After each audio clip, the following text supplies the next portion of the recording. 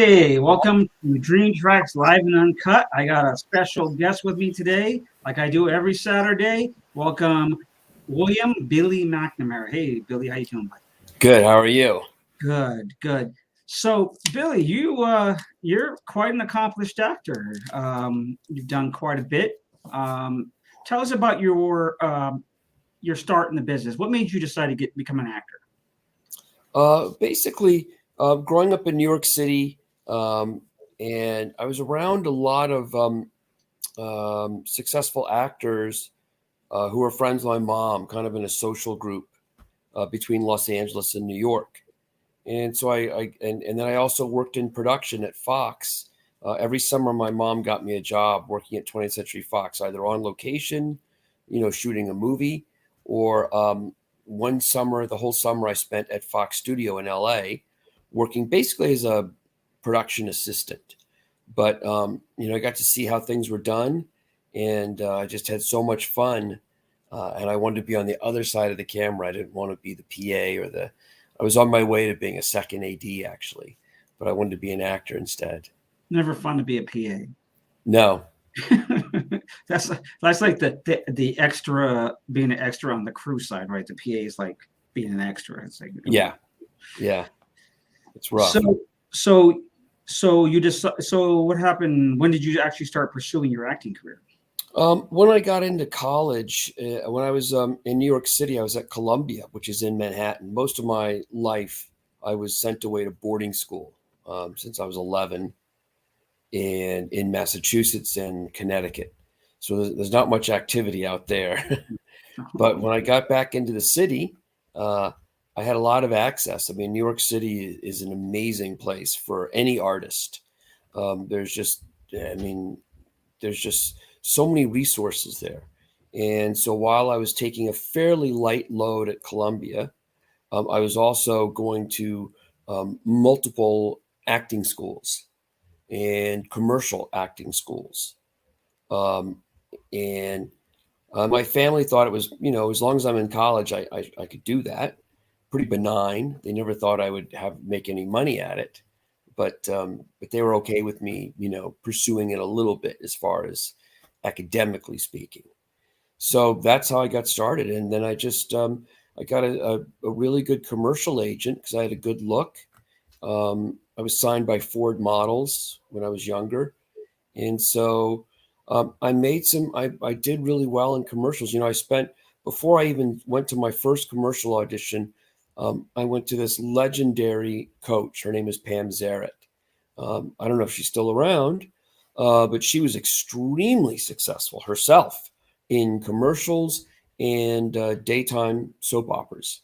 So she was a teacher too, and she was a fantastic teacher. So before I went to my first audition, I had done 6 months of privates with her. So I was ready. And I let her tell me when she thought I was ready to go on an audition.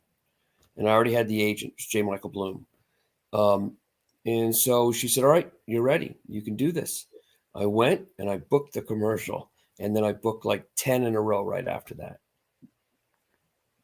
Now, what was the first major movie that you ended up doing? The first major movie would have had to have been Stealing Home, the movie, the Warner Brothers film with Mark Harmon and Jodie Foster and Helen Hunt and all those people. That would be the first studio movie, but I had done a lot of stuff before that. Now, you were in Dream a Little Dream with Corey Haim and Corey Feldman, right? Yeah, that's a strange movie. People always bring that movie up. I think it's such a weird movie. Isn't Jason Robards in that too? Oh, well, yeah. There's some, Piper Laurie, Harry Dean Stanton, Jason Robards. Yeah. Yeah. So that was a strange movie. Yeah, it was a strange movie. But Jason Robards is one of the greatest actors that ever lived. So, oh my gosh, it was kind of cool to be in his presence. Yeah. Yeah. Now, then you went on and you did a movie called Copycat with Sigourney Weaver. Yeah, that was years later. But yeah, I did Copycat, another Warner Brothers film. Yep.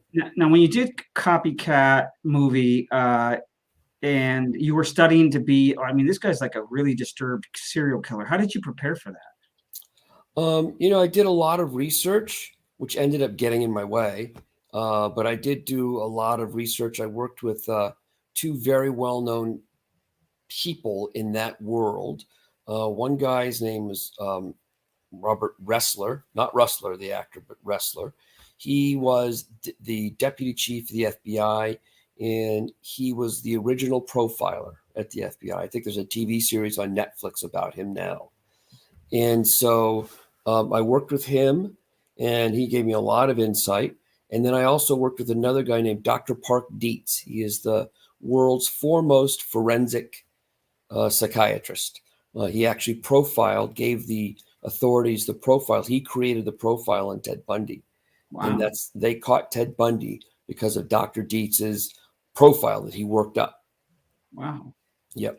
That's pretty cool. Now, you guys filmed the movie, and then they released it to the people to look at as screeners, right? Right. And it didn't do as well the first time with the screeners, right? No, they a lot of the studio movies, they'll test them. So they'll have a rough cut, and then they'll gather audiences at movie theaters outside of Los Angeles. So like San Bernardino County, or they'll go down to Orange County or San Diego County, because they don't want people that are in the business to watch the movie. Oh, makes sense. Yeah. So they do these test screenings, and it did not well. Neither Sigourney nor myself scored well, because they give you scores, all the characters. They ask questions about the plot, about the scenes, all that stuff. So it did poorly. So we ended up having to reshoot 21 days worth of that movie. Wow. And really hurt us, because what happened was we were on schedule to come out before 7. If we had come out before 7, it would have been a much bigger movie. Right. But 7 was able, because we had to do this reshoot. 7 came out before us, and like it was a terrible setup for reviews, because reviews would say copycat, no 7, but definitely a copycat, stuff like that. Oh, wow. It was a setup. It was a bad setup. That's the way it rolls. Yeah, that's right. You don't have much control over that, do you? No. And then you've gone on. You had a great career. You worked with one of my favorite. I mean, I never got to meet them, but one of my favorite actors. And you got to do a movie with him, the naval movie. Which one? Dennis Hopper. Oh, Dennis Hopper. Yes. Yeah, I was hoping to get the chance to meet him before he died. I was a big fan of his. And you guys did. What was the name of that movie? Chasers. Chasers, right? Yeah, and that's actually available if anybody wants to see that. You can actually see it on YouTube, or you can see it. I just watched it not long ago on YouTube, so it's absolutely available.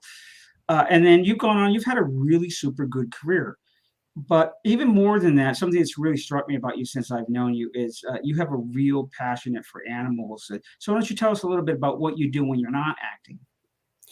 So yeah, I do a lot of. I've done a lot of.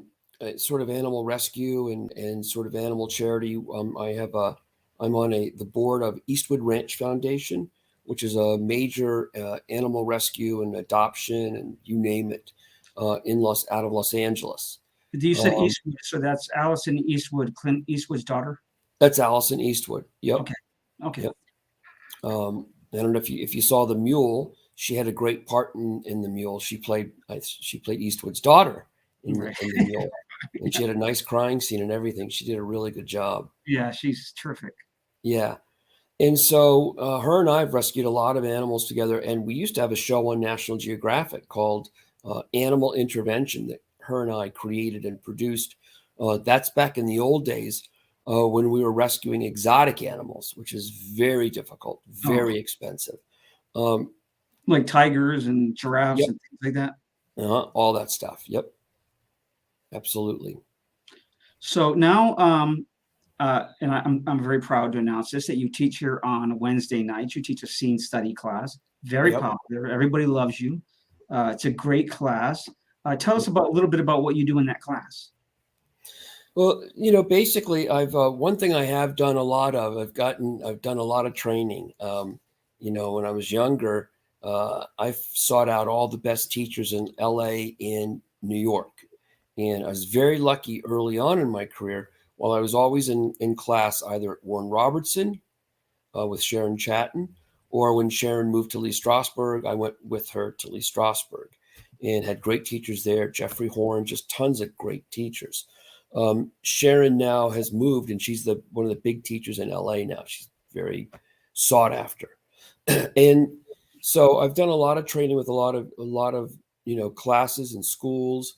But at the same time, I ran across a guy in New York City back in the day. He was a private coach, Harold Guskin.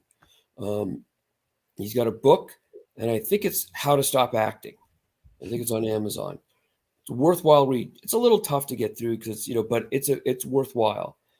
And he was really sort of my mentor, and really is the reason I had my early success.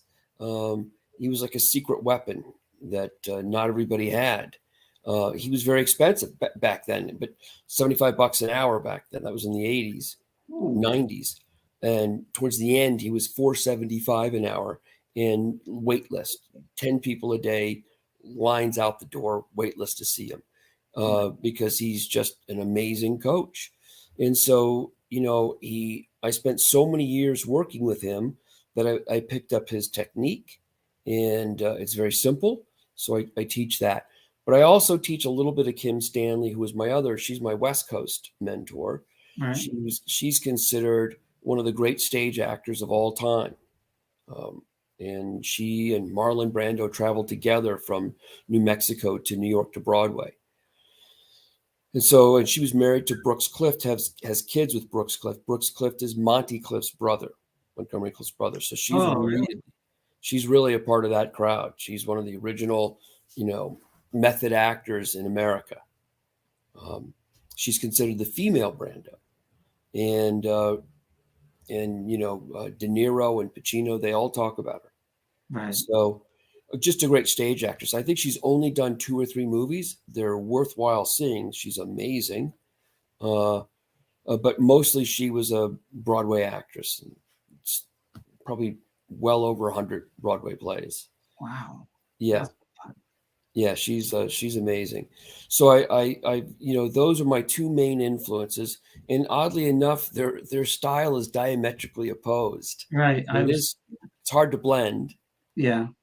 But I use the best from Kim, and I use the best from Harold, and those are my 2 sort of foundational things. A little bit of Marsha Jean Kurtz. She's a great teacher in New York as well. She's won a lot of Emmy Awards, Obies off Broadway. And she's won a few Emmy Awards on television. And she taught me a lot about stage work and props. That's an important aspect. Yeah, it really is. Yep. And so what do you guys mainly focus on in your class? And they bring in a scene, and then what do you guys, just so if anybody was interested, what do you guys, what is the basics of what you do, the foundation? Well, it's a very simple technique. I mean, I ask people to bring in scenes, and I ask them to bring in scenes that they think they could, when they watch television or a movie, whether it's a co-star, guest star, or supporting member of the cast. Right. Probably not a great idea to bring in, to play, to do the series regular stuff, because that's just not available right now. Younger people it is, but most of us, it's not. So if you see a good guest star or co-star or supporting character in a movie, I ask them to bring in those things that they absolutely can see themselves doing. It's a reality. Right. And then from there, we just do the Guskin technique for quite some time, which is just taking it off the page. And it's just, it's a very simple technique. And I have them do that. And when they're ready, I'll take them to the next level, which is the blocking of the scene. And then once we finish the blocking, we go to phase 3, which is the performance. And then I want to see it with, sides out of your hand, blocking, perfect. So it's just a very 1, 2, 3. It's very easy. And then, sometimes I'll throw the Kim Stanley stuff in. She has something called the need exercise. It's kind of like your motivation or your objective. She just calls it something else. Yeah. And so sometimes we'll throw that in there, or we'll do a little work on the moment before the scene begins. Yeah, it's really important. Yeah. So it's very basic. It's not, there's no secret formula here, and it worked. I mean, with Guskin, people paid him. He must have been a multimillionaire, and it's all he taught was taking off the page and breathing. Taught you to breathe and take it off the page. And the list of movie stars that have gone to Herald is blow your mind. Now, since we're on the topic of method acting, why do you think method actors win so many more awards than other people? I mean, I know people are comfortable with whatever they're comfortable, but why do you think method acting really kind of helps people as much as it does? I mean, I don't know. I mean, I see that sort of the method acting, these days there's a lot less of it, and I've been friends with or worked with a lot of actors like Anthony Hopkins, Yeah. and he's not a method actor, and he's a fantastic actor. He's fantastic. Yeah. But then you have your Daniel Day-Lewis's, and you have others that take method acting to a whole new level. Yes. And so, Daniel Day-Lewis, yes, he does. He becomes the character, and that's it. Yeah, he does. He just becomes the character. Right. He becomes the character. And so I think because there's an intensity, his characters are always very intense, by the way. Very intense, right? Yeah. Very intense. So I think if you are playing an intense character, that's where method acting comes in handy, because there is an intensity about it. It is deadly serious. I mean, what you become another human being. It's a transformation. And so I think as far as intensity goes, if you want to have that intensity that for a particular character, method is the way to go. But isn't that really what we all, as actors, live for? The intense roles, the interesting roles, the quirky roles, anything that that gets you out of yourself and into somebody else in its entirety, right? I mean, that's how I feel. I don't know. Yeah, absolutely. I think it's exciting to see method actors, because you never know what they're going to do. I always tell a story about when I was at Williamstown, which is this summer stock at Williams, Massachusetts, at the college. And they have it every summer, and it's run by Yale Drama School. So it's all the Yale people are there. And a lot of big stars are there. And, that's where Gwyneth Paltrow learned everything, because her mom, Blythe Danner, was every summer for years. So Gwyneth grew up there. That's how she became a good actress. And Christopher Walken was doing Streetcar Named Desire, and Sigourney Weaver was in it, and Blythe Danner, and Chris Walken, and his style and the method, it was so different from everybody else. Sigourney was trained at Yale. I'm not sure where Blythe was trained, but she's a classically trained theater actress. Right, she is. Yeah, absolutely. Yeah. And Sigourney went to Yale. So it was not a copacetic mixture. But to watch, when you're doing a play with these people, you have to watch the play every night.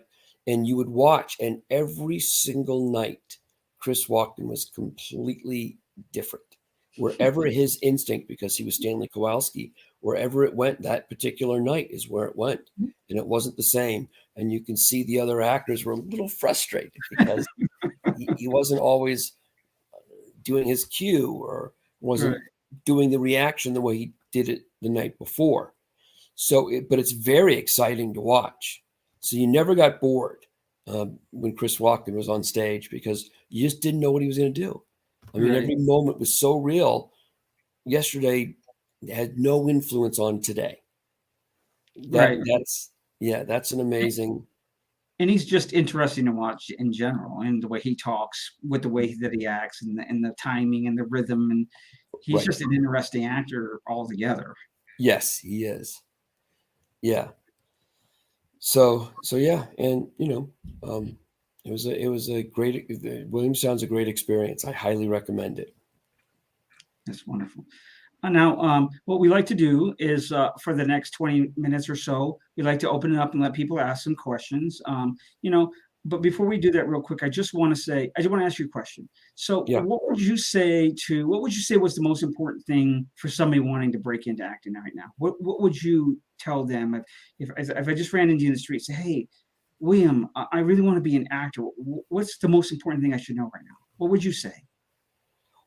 Well, from my experience, I would say, two things. Like I told you in the beginning of the first thing I told you about, before I went on my first commercial audition, I did some intense training. I was prepared when I got to that audition. It took 6 months, but I wasn't trying to jump the gun, start going to auditions before I was ready, because they don't forgive and forget in casting, especially in New York, where I grew up. You make a mistake with that cast director, you won't see them again. Right. And I did the same thing with my acting. I studied really hard with Guskin and with the school I was in at the time. And I also did Williamstown in the summers. So Williamstown, it's Shakespeare, Chekhov, Pinter. It's Navy SEAL training for actors. Right. There's no time off. It's 7 days a week. Wow. You start at 7 in the morning, you go to midnight every day for the whole summer. So before I went on my first feature film audition, I had a full year of intense training. So when I got to the audition, and it was amazing. My first feature film audition, I can't remember what the movie was, but I went all the way to screen test. And I was an absolute unknown beginner other than my training. So the agent realized, wow, his first audition went all the way. I didn't get the part, but went all the way to screen test. That's excellent. That's pretty good. Yeah, that doesn't happen very often. No. And it's all about preparation. If you're prepared, you must be prepared, because the casting people, they don't have time, especially now. Now with EcoCast or self-tapes, they're seeing 200 people. So if you're not fantastic, you're done for. Right. Yeah. And you're up against a lot of actors, from Australia and England, and they go to the best drama schools in the country, and the government pays for it. Wow. So it's like going to Yale for free, Yale Drama School for free. So you're up against people that are extremely well trained. Right. So you would agree with me in saying that if you really want to get into this business, you better be very serious about it. It's got to be really something you want to do, right? Yes, absolutely. Because there's always a lot of disappointments along the way, isn't there? Yeah, a lot of disappointments. Yeah, and you can't predict what's going to happen. And there's a lot of luck. But like I said, luck must have preparation, because you could get lucky and get in, but if you blow it, that's not good. Yeah, that's incredible. Let's go to the producer. Here we go. Okay, what's your favorite way to get out of your head, and favorite breathing exercises to get into character? Well, favorite way to get out of my head is to just, get out of my head, to launch right into whatever I'm doing, not think about it, just do it. I'll do the rehearsal, and I'll do taking off the page for a little while until I know the lines, and then I just throw everything away, and I have no pre-plans whatsoever. The other way of doing another, helpful thing, just a thing that can really help, is I'll do some kind of cardio thing to get my heart and blood and oxygen flowing in my body. So it could be running in place, could be push-ups. There's a lot of little things. It's kind of, it's a way to get you in the moment and get you invigorated, oxygenated. So that's a really, what was the second part of the question? First part was what's back up there. And your favorite breathing exercises to get into character. And the favorite breathing, it's very simple. It's just a slow, long, deep breaths into the belly, not the chest. And you take the inhale through the nose, exhale through the mouth, and it's basically yoga. I also use my Kundalini yoga training, it helps me tremendously getting centered as an actor. Right. That's it's really good. Yeah, I think breathing is really super important. A lot of actors don't work on their breathing, but Right. they struggle when they get on set. Because you got to have that breathing down. Before we used to teach a breathing class. They used to teach a breathing class, a relaxation and a breathing class, but kind of have it hard to have people go in the middle of cold. People are like, okay. Yeah. And also, especially for stage, you better know, you have to start breathing from your belly and speaking from your belly on stage. Right. If you speak from your chest, they won't hear you. So, right. That's another benefit of deep breathing. It works. That's really good. Okay. Hi, Billy. Hey, Frank. When you say being prepared for a role, what exactly do you mean? Well, I mean, the more rehearsal you can get in, the better. And a lot of lower budget movies these days, because of SAG, they won't give you rehearsal days. Good movies will get rehearsal days. We have to rehearse with the other actors. So it's up to you. It's your responsibility to try to track down the other actors on your own and rehearse. And I would also say, the Tony Hopkins technique, read the script. He does it 100 times. I don't necessarily do that, but I'll read through it 5 times, which is a lot for me. And by the time I've read it the 5th time, I've retained most of it. Right. Right. And it's very basic stuff. It's just kind of hard stuff, but it's basic. But the rehearsal is very important. If you could get the rehearsal, find other actors. If you can't find other actors, get people from your acting school or get friends and rehearse the scenes with them. It helps tremendously. Yeah, it's amazing if you just go through the scene, what you'll see that you missed the first, second, third. You just start to catch the nuances that you miss when you just kind of go through it and you start making assumptions. But when you read, like you said, when you read it 5 times, you've got it down. You pretty much understand what's going on. And anything that wasn't clear the first or second time start to come into focus a little bit better. Would you agree with that? Yes. Yeah. And, Tony Hopkins reads it so much that he could do everybody else's lines in the movie, and he almost knows 90% of the stage direction. Wow. That's excellent. That's why they give the performances they give. Yep. I mean, you what you put into it, you're going to get out of it. That's right. Okay, we'll see. Do we have another question? All right. Do you still audition? So I think there's a belief out there that I'll let you clarify this, Raf, if I'm not asking right. But I think that there's a belief out there that once you hit a certain level, you don't have to audition anymore. But that's not true, is it? A lot of people audition. Even the names, you would be surprised. You think that somebody's gonna pick up the phone and just call them. And probably most of the time that's what happens. But still, if they really want a role that they want to go out after, auditioning is something goes on in acting no matter what, right? Right. Yeah. And, auditioning, Sharon Stone had to audition for Casino, and she was a huge star when she auditioned for Casino. So yeah, everybody auditions. And so I get a lot of offers. Like the movie I'm doing in New Mexico was a straight offer. Mm-hmm. The movie I finished was just finished was a straight offer. Right. But like the really high-end television, you're going to have to audition for the guest stars, reoccurring characters. Everybody auditions. Right. Period. So yeah, I just did an audition, tried to do one with a Russian accent. Didn't turn out so good, but I gave it a shot. Hey, that's and you never know. You never know what they're looking for. That's right. Put it in out there, see what happens. That's right. And on the auditioning, at what level in your career did you start seeing more offers and then less auditions and vice versa? Probably around after I had done the movie Copycat. I started getting offered a lot of things. So that really changed my career. And I think I was also, when Copycat came out, I think I was on a TV series on Showtime, which I had to test for. Around the same time I was on that series. So I got a lot of television auditions because I was on that TV series. Offers, I mean.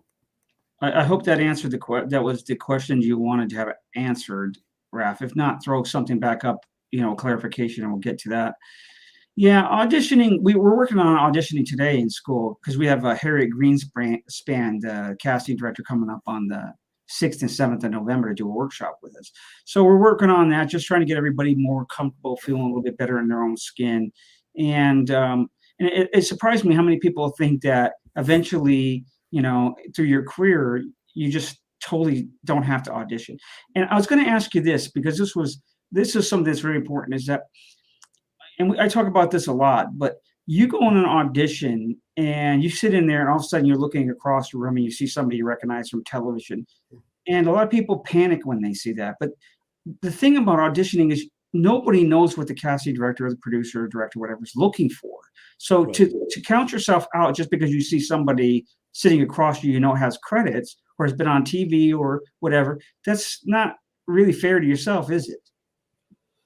No, it's definitely not. And, I've had a lot of surprises. I've been up against people that were, better known or, and I somehow I got the job. I was as shocked as anybody, uh, you know, especially Copycat. There are a lot of stars that actually want to do that role. And so it was quite a shock. And I actually, I didn't think I could play a serial killer. That's just not what I wanted to do. I wanted to be a leading man. Right, I didn't want to be a bad guy. right. And so it was never in my mind to be an actor that would be, evil or dark or whatever. So I just didn't think I would be right for it. In fact, when I got cast, I was very worried. I just didn't think I was right. I think I was miscast. So, but I did a good job. So, but I think, and we'll get to you, Joe, here in just a second. But when you're auditioning, it's just there's so much you can't control. It's just better to let it go, right? And if something happens for you, great. If not, you just move on to the next audition, right? Yeah, I don't even think about it anymore. I do my audition, get it done, and I've forgotten about it. Within 2 hours, I've forgotten about it. It just, I don't let my life revolve around auditions anymore because it's a waste of energy, waste of time. You're just going to beat yourself down. No reason to keep score. My agent keeps sending the auditions, and I'm just going to do them until they stop sending me auditions. And I'm not going to worry about it. There's a lot of pitfalls in this business. That's one of them. Yeah. Worrying about your audition or redoing your audition after, out in the car or whatever, and you think you could do it better and you beat yourself up. That's a real waste of time. And it's not good on this is a big mind game. Being a successful actor has a lot to do with what your thoughts are. And you better learn to think positive all the time. All the time. You'll get beaten down. Yes, you will. So Joe Butler wants to know, do you have any upcoming projects that are go streaming on a streaming platform? Well, yeah, I have my project that I wrote and directed. It's finalized. It'll be up on about 3 streaming platforms in about 2 months. That's called The Trouble with Billy. Just getting the poster done right now. Yeah. And I just got the actual commercial trailer, and it looks phenomenal. And then let me think if anything else is going up on streaming platforms that I've done. Not that I know of. I know the Western that I'm about to do. I know they want to do a theatrical on that first.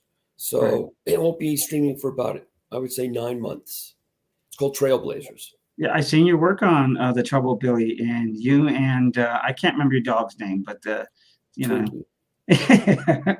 real star of it, right? You called it Billy. But it really kind of focuses a lot on the dog, doesn't it? On the dog. Yeah. But we had a very successful test screening in Vegas. I mean, everybody was laughing out loud for the movie, and nobody got up to go to the bathroom. So I felt like it did pretty well. And I got a lot of notes from that test screening, just like a test screening. And I recut the movie according to those notes, and it just made the movie better. That's great. Okay. Any other questions, producer? In all your training, what was the hardest thing for you, and what was the easiest? So the hardest thing was something that Sharon Chatton pointed out early on. I was in the first class that Ben Stiller took and I took was with Sharon Chatton in New York City. And Ben was a massive overactor. And I always watched him and I thought to myself, oh, he's a terrible actor. He'll never make it. He's an overactor. So little did I know, right? And so, but Sharon said to me when I was on stage that she goes, Billy, nobody will ever accuse you of being an overactor. You are an underactor. The problem is you have no stage presence because of that. You're shy. Right. And she said, the best thing for you to do is keep coming to class, but I want you to join a boxing gym and learn how to box. Don't spar and get your face messed up, but just learn how to have that energy about you. And so I did that. Later on, it turned into martial arts. And so those two things together helped me be more in my body and more present. And now it's funny. Last couple of movies, a year ago, I've done a couple of Lifetime movies, and I've been accused of being an overactor. So I'm proud of that. The progression of your career. Yeah. We have another question from Joe. Joe said, what he wants to know what the movie's about. So can you see that on there? Can you read that? Yeah. The Trouble with Billy is about kind of a takeoff of my life, but very exaggerated. And of course, my co-star is my dog, and she's a pit bull. And so it's basically the hardships, the dark side of the acting world. What happens to actors? You've seen Once Upon a Time in Hollywood. That's a fairy tale. Wait till you see The Trouble with Billy, the poor man's Once Upon a Time in Hollywood.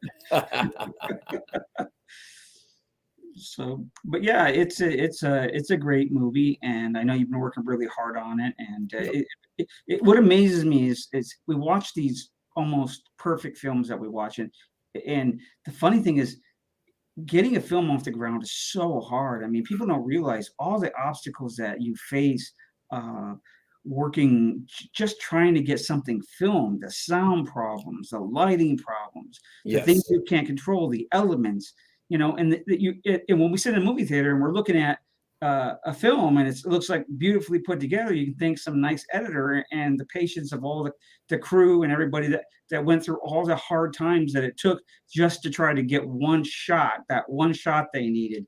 And I always tell my students, I said, it always amazes me nowadays that any movie can actually get made done, because there are so many things that are constantly working against you when you're doing that. The helicopters and flight patterns and everything that you're trying not to have go wrong, just constantly, ruining your film. And if you don't have a big budget, sometimes that stuff can be really hard to overcome. Yep, and that was my. I had a very small budget, like around, not a lot, and so the post-production. The reason why it took so long to finalize the movie is because we had no money to shoot it, and so then post-production becomes very complex. And it's kind of like, a boat. You have to constantly pour money into it to keep it from sinking.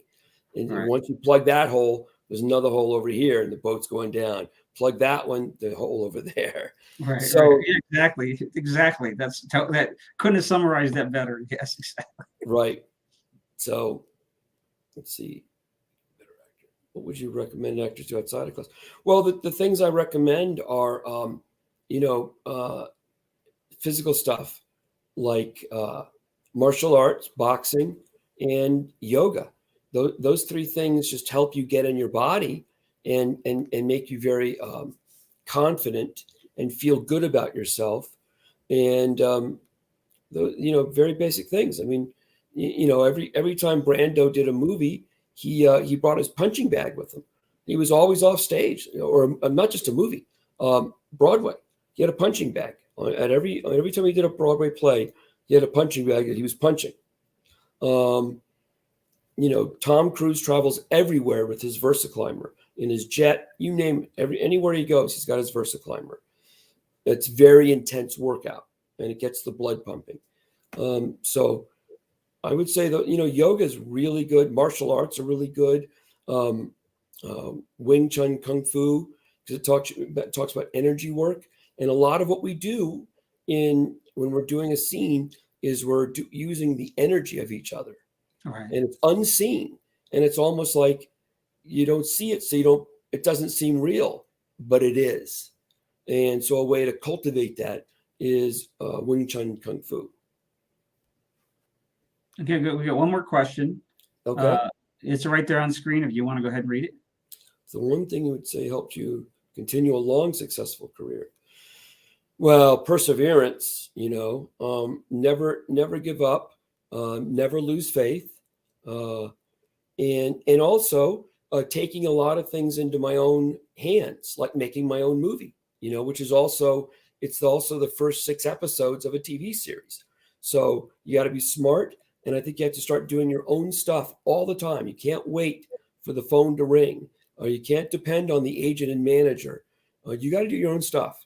And most success stories in Hollywood, from what I've heard and seen, people are doing things on their own. Comedians get together, they form these groups. Those groups later go on, and the TV show Workaholics happen from a group of comedians working together and doing YouTube videos. Right. Yeah. That's the secret. Experience, practice. Yep. The more that you get, the more comfortable you're going to be on set, and right. Those things. Okay, well, Joe jumped in there with one last question, so we'll go ahead and do that. He wants to know if there's any other well-known actors in the trouble with Billy.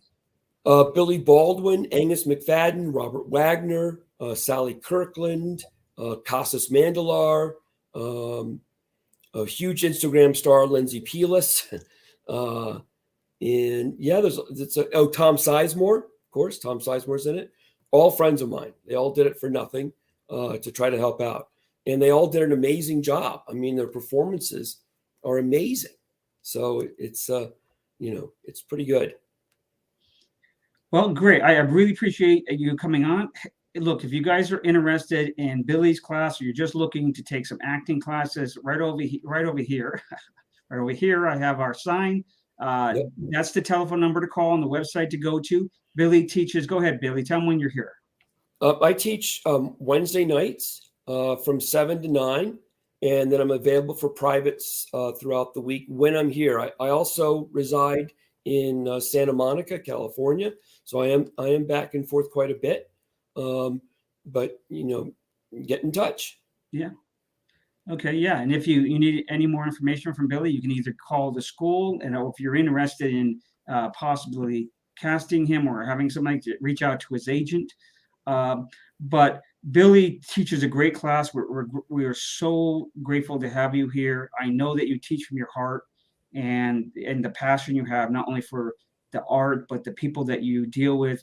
I mean, I can't talk about how grateful I am to have you here, because I know how much every moment you spend with the students is you're giving of your heart, and you love what you do, and you love what we do. And I just want to thank you so much. I want to thank you for taking time on your Saturday to come onto the show.